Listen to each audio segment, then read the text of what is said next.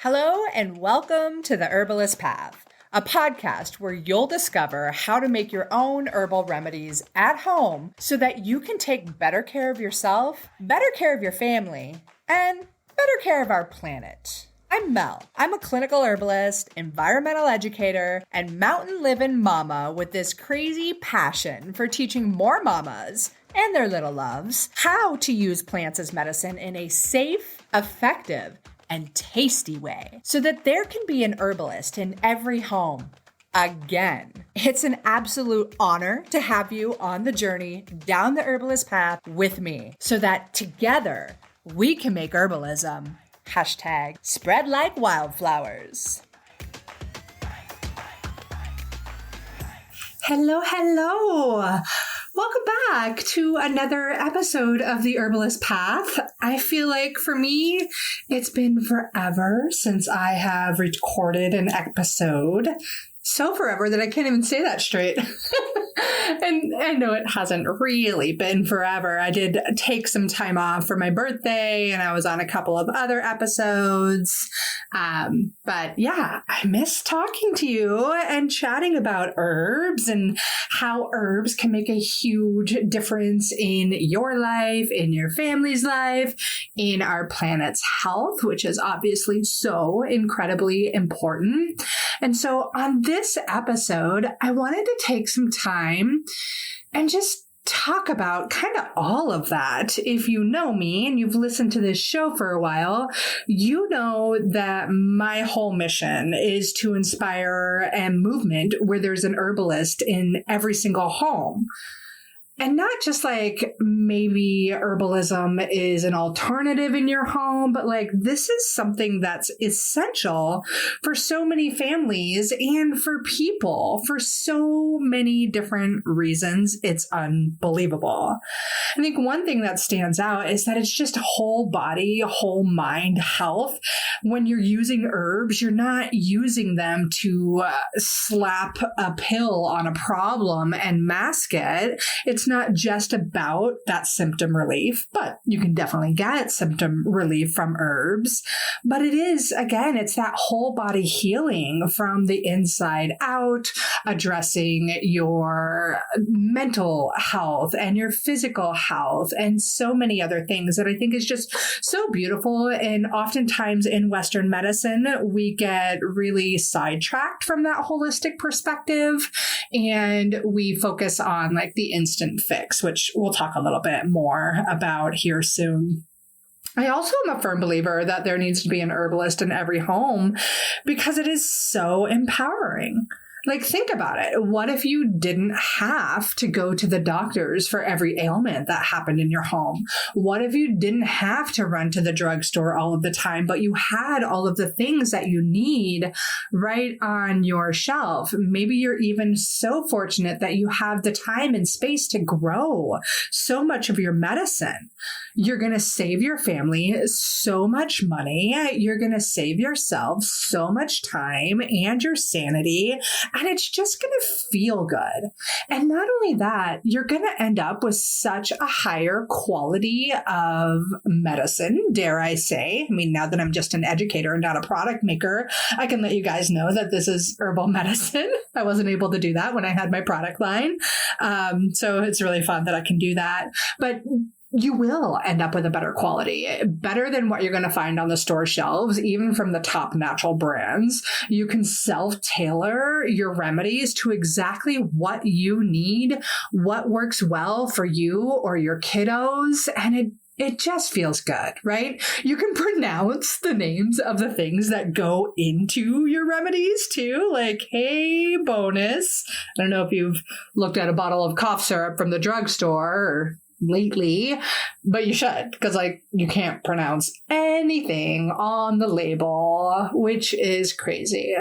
Now, flip that picture and imagine like, oh, you have grown and you have harvested your medicine and then you have turned it into medicine. And now you are watching it heal you or heal your family or keep that latest sickness away from your kiddos when the snot is flying all around the place. Like, That's the kind of empowerment I'm talking about. That's why we need an herbalist in every single home. Never mind, like the side effects that you avoid. Most of our herbs are going to be nice and gentle on the system. And now don't get me wrong, when I say gentle on the system, I'm not saying that herbs are weak. I'm just saying that usually they are not going to come with a mass amount of side effects as so many of our instant fix pills do in our society to get today. And another thing that I love, like, yeah, if you are growing or harvesting or making your own medicine, or you know what's inside there, maybe you're even just supporting a local herbalist who makes the medicine for you, or a local farmer who grows the herbs for you. Like, there, right in there is like so much more connection, whether it's your direct connection to growing and loving on those plants to become your medicine, or it's the connection to the farmer that's doing that and knowing that you are supporting somebody in your local economy and community to do great work for yourself and for your family and for the planet, teaching your kids who those people are, teaching your kids that they can become one of those. Like, holy moly, we need that in our world. We need more herb farmers because the world of herbalism is growing so incredibly fast, which is beautiful in and of itself. Like, that is a really amazing thing to see. I know I started getting into it in the late 90s, so going on almost 25 years, I would say. Which is crazy because I don't even think of myself as old enough to say that. I did just turn 45, but I still don't really think that I'm that old. Anyways, I know that it was kind of popular then, but like once 2020 hit, it just exploded. All these different people that would have never considered these kinds of things, or just definitely thought they were complete woo-woo placebo junk, would have never done that. But now so many people are. And it's really beautiful because it is a significantly more sustainable, not only for your health and for your family's budget, but for our planet. Like, it's no secret that the pharmaceutical industry is one of our world's largest polluters, especially of our precious waterways. Like, there are waters in the most pristine of areas that have been tested, and they're still showing traces of antibiotic runoff and things along those lines, which is quite heartbreaking if you ask me, because that stuff is then going into your soil, right? And then when it's going into our soil, it's going into our food. And then obviously it's going into our bodies as well. And when we choose a more natural and sustainable route and choose to use more herbs and plants as medicine, it helps in the tiniest of ways. Like, every little person that does it helps not rely so heavily and not keep those big pharmaceutical industries polluting our water. Now, obviously, we are just tiny little beings, and we are magnificent, beautiful, bright, powerful beings as well. But it's easy to think that we can't make a difference against these giant companies with billions of dollars in profits every year. But every little one of us that does this makes a difference. Every single one of us. That means you are making a difference for this planet just by choosing plant medicine. Teaching your children how to use plant medicine and the importance of plant medicine is making a difference. So we need to continue to make herbalism spread like wildflowers. And if I haven't said that statement enough in my life, well, I'm going to keep trying. Somebody out there may get annoyed by it, but that's okay. It's a true mission, and a mission that is for the good of all of humanity and this planet. So I'm not sure how long you have been listening to me, but if you're like a lot of my students or other people that I've known listening to me or that I hear on social media, sometimes as you get into the world of natural remedies and natural healing, you may have some like negative feedback from family members, right? Maybe they just aren't believers. Maybe they're just like, nope, that's just woo-woo junk. No, you're just a hippie crazy train, or something along those lines.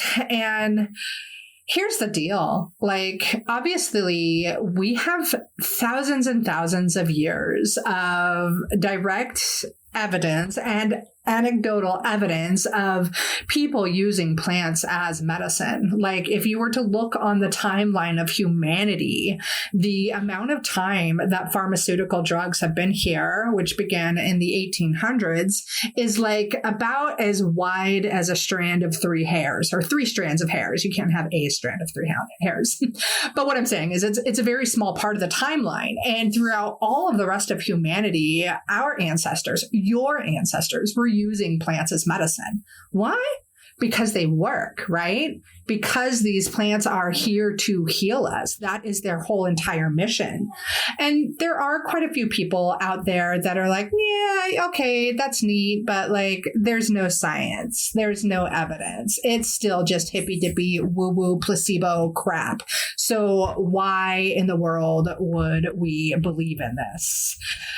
But there's so much evidence. There's so much science that goes into it. And if you have people in your family that are on that train of like, yeah, whatever, hippie, I don't believe in what you're saying, dig into the research, dig into the science, dig into the evidence. And this is ongoing work, right? I mean, I've been doing it for a very long time, and there's certainly people that have done it for a lot longer than me. But one of my favorite resources to check into that I do a lot of research on is PubMed. So when you have questions, you can just check into that. Another thing that I think a lot of people will think is, oh, herbs, they're just a placebo, right? Like, did that really, really work? Well, our minds can be incredibly powerful in tricking us to believe the things that we want to believe, which is pretty darn cool in and of itself. Herbs really do work. And there are definitely times where they may not work for you, right? There are times where they're absolutely not going to be as strong as a pharmaceutical or an over-the-counter drug, right? Because this is more of a holistic lifestyle. It's not an instant fix pill. And then regarding the times that like they may not work for you, there's so many reasons that go into that. And it is part of the science and the art of herbal medicine. Like, herbs work differently for each human body, right? You are unique. The way your body works is unique. The way the herbs are going to present for you is unique. It could have something to do with the quality of the herbs. It could have something to do with the preparation of the herbs. Maybe you didn't extract the herbs in the right way, or whoever made them didn't. All of these things can really go into that.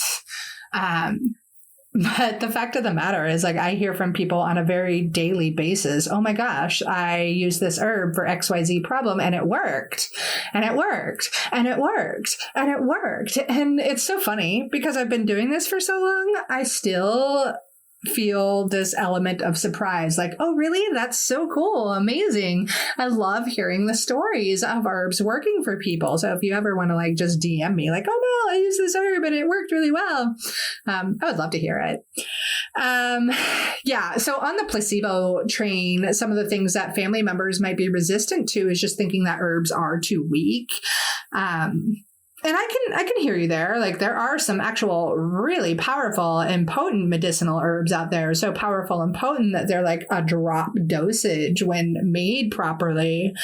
But they aren't the superpowered instant fix pill, which is quite a blessing in a lot of different ways, because it really requires you to take the time to do true healing and to heal from the root cause of main problems, instead of just slapping that instant fix pill, the pill that masks the problem and doesn't get to the root of the issue. Yeah, some herbs are more gentle, but when used appropriately and matched and paired with the right person and the right symptoms, they can be unbelievably powerful. Like, herbal medicine is 99% of the medicine that 99.5% of the medicine that we use in our family, ever since before my daughter was born. I think there's been like a couple of times when we were when my partner was using pharmaceuticals, but that was because he had just gotten out of like some pretty major surgery. And it required some pain pills, and that's okay. That's totally okay. There's definitely a time and a place, don't get me wrong. But other than that, we use herbal medicine in our home, and we use food as medicine in our home. And we need more of us to turn to that, right? It doesn't have to be impossible, and it can become really simple and easy and, quite frankly, really, really beautiful. And so on the weak side, let's just shift that a little bit, because another thing I hear a lot as people are getting into this world is, oh, herbs are natural. So that automatically means that they are safe, which is not true. Please don't believe that. Herbs can be contraindicated with various medications. Herbs can be just contraindicated for various symptoms and individual people that we're working with. It is a science to match the right herbs to help people truly heal. There are herbs out there that will unalive you. There are herbs out there that can cause severe damage to various organs of the body. So natural is not synonymous with safe. Natural is cool. I love it. I want more people to turn that way, but I don't want them to turn that way in a way that ends up harming somebody. You know what I mean? Another thing that I hear a lot of is just like wanting herbs to be that instant fix pill, right? And I can't tell you how many times a month I hear this request is somebody reaching out to me. What herb do I take for this? My libido's low. What do I take? I have cancer. What herb's good for my hair regrowth? I have XYZ happening. What herb do I take? And again, I mean, I don't know if I've iterated this enough, but herbs are not an instant fix pill. They are not a one herb takes all, or one person takes all herbs, or one herb for all people. That's what I'm trying to say kind of scenario. It is a lifestyle. You need to look at your diet. You need to look at the various stress factors in your life. Are you getting ill from some secret hidden toxin in your home that you didn't realize you had? Are you in such a stressful situation in your work life or your home life that it's causing you to become ill or causing you to become have a really weakened immune system? Like, all of these factors really come into play when it comes to herbal medicine. And I'm not saying this to like overwhelm you, right? Because it can get overwhelming to figure it all out, right? What do I do? Is that safe? Help. Oh my gosh. Is this okay for my kid? I'm okay with taking herbs for me, but not for my kids, which I think is really funny because you're okay with the herbs for you. You're okay with the over-the-counter stuff that you can't pronounce and the weird ingredients in there, but not plants that you can grow. Anyways, that's a whole nother soapbox, but I just did want to state that, like, herbs aren't an instant fix pill. Herbs aren't, they aren't going to work the same for everybody. And that's just important to recognize. Gosh, yeah, I love that there are so many ways that people can incorporate herbs into their home. Like, you can start by eating more herbs, right? How many different colors and how many different plants can you put into your meals? Those culinary herbs that you have, your herbs and spices, your garlic, your ginger, your thyme, your sage, your rosemary, your dill, your fennel, all of these herbs have amazing medicinal properties to them.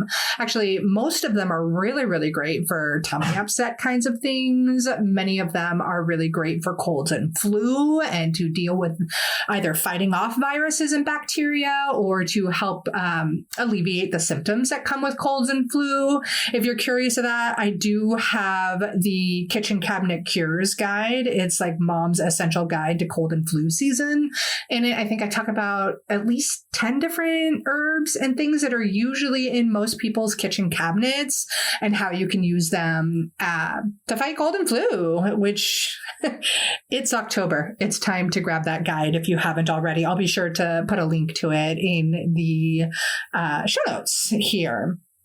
Goodness. Okay. So how else can you get into the world of herbalism? How can you start to learn these kinds of things? You can start by listening to podcasts like this. Of course, there are many other great herbal podcasts out there, many great herbal educators.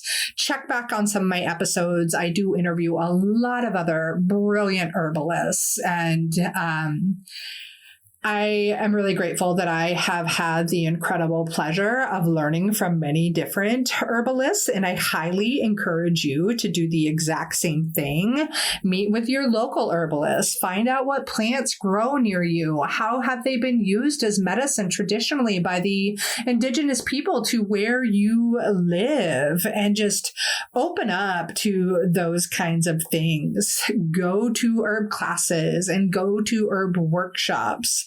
Taste herbs. Be sure to fact check all the crazy memes out there. There's so much poor information on the internet, especially on social media, and it can be really, really hard to navigate. So, again, one of my favorite, science-backed research tools is checking out PubMed. There's a lot of great articles and information in there you can check out. I also love the American Botanical Council. I'm a member of that. Incredible science and studies backing the efficacy of herbal medicine, and just really reach out to the industry and those that know. It's a really fun, never-ending study. I'm so grateful that I accidentally stumbled down this path. I had no idea back in the late 1990s when I was a backpacking guide and just wanted to connect more people, and especially children, to the powers of nature, that I would be an herbalist like I am today. And what a journey it's been getting to here, oh, yay, this is fun.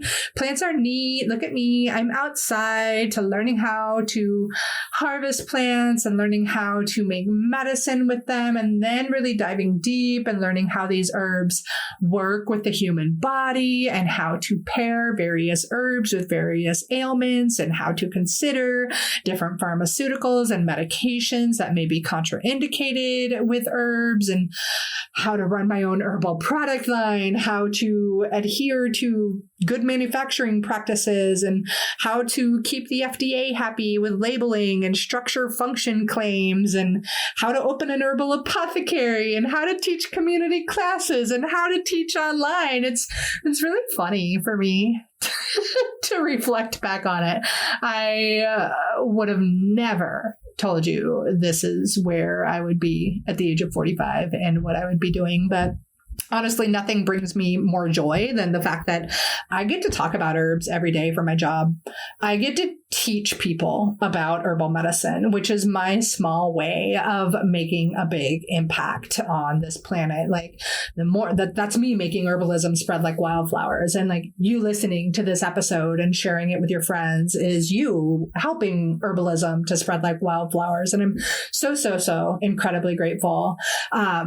And speaking of the teaching, I am really excited. Back in August, I may have mentioned in a few episodes about my Kids Safe Herb Club. So it's a new little herb club where I help you learn the foundations of herbal safety and considerations there, a little bit of botany and plant ID, a little bit about wildcrafting and gardening, and teaching these sustainable practices to your kiddos.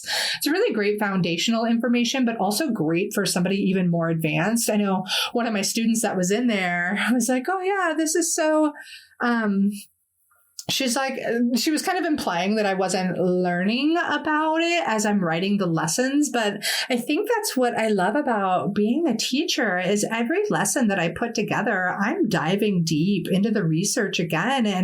And in this particular program, every month we study one herb in depth. So there's a 30-minute video lesson where I teach you about the herb. I teach you about the history of the uses of the herb, and maybe even even some of the lore around there, how to identify it, how to grow it, how to harvest it, various ways you can make it into medicinal preparations, and of course, what kinds of uses you can use for those herbs. Because here's the truth of the matter. Like, after all these years, yes, I have studied hundreds of herbs, and that's really, really cool.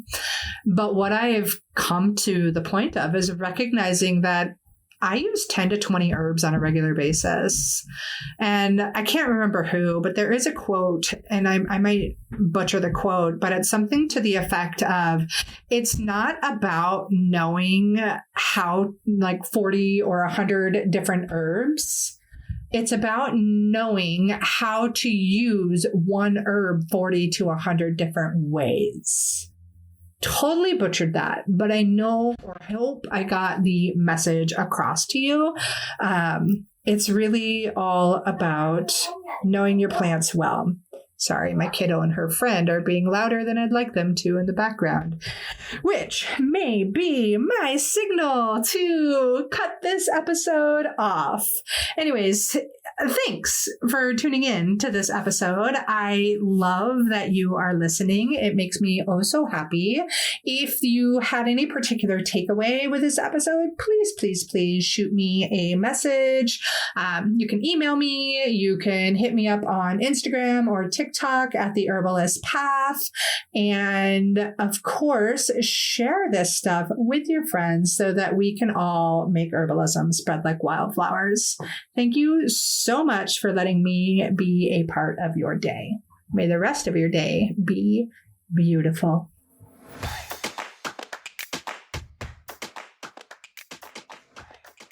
Thank you so much for tuning into another episode of The Herbalist Path. Being on this journey with you is absolutely incredible. If you dig this episode, please leave me a review on your favorite podcast player and share it with your friends so that together we can make herbalism #spread like wildflowers. On another note, I must mention that while I know you're getting some good info here, it's important to remember that this podcast is purely for entertainment and educational purposes and is not intended to be a substitute for medical treatment. While the information in this podcast is absolutely relevant, herbs work differently for each person and each condition. That's why I recommend you work with a qualified practitioner, whether that be another herbalist, a naturopath, or your doctor. So thank you again. I am truly honored that you're tuning into these episodes and on the path with me to make sure that there's an herbalist in every home again. Don't forget to share this episode with your friends so that we can make herbalism #spread like wildflowers.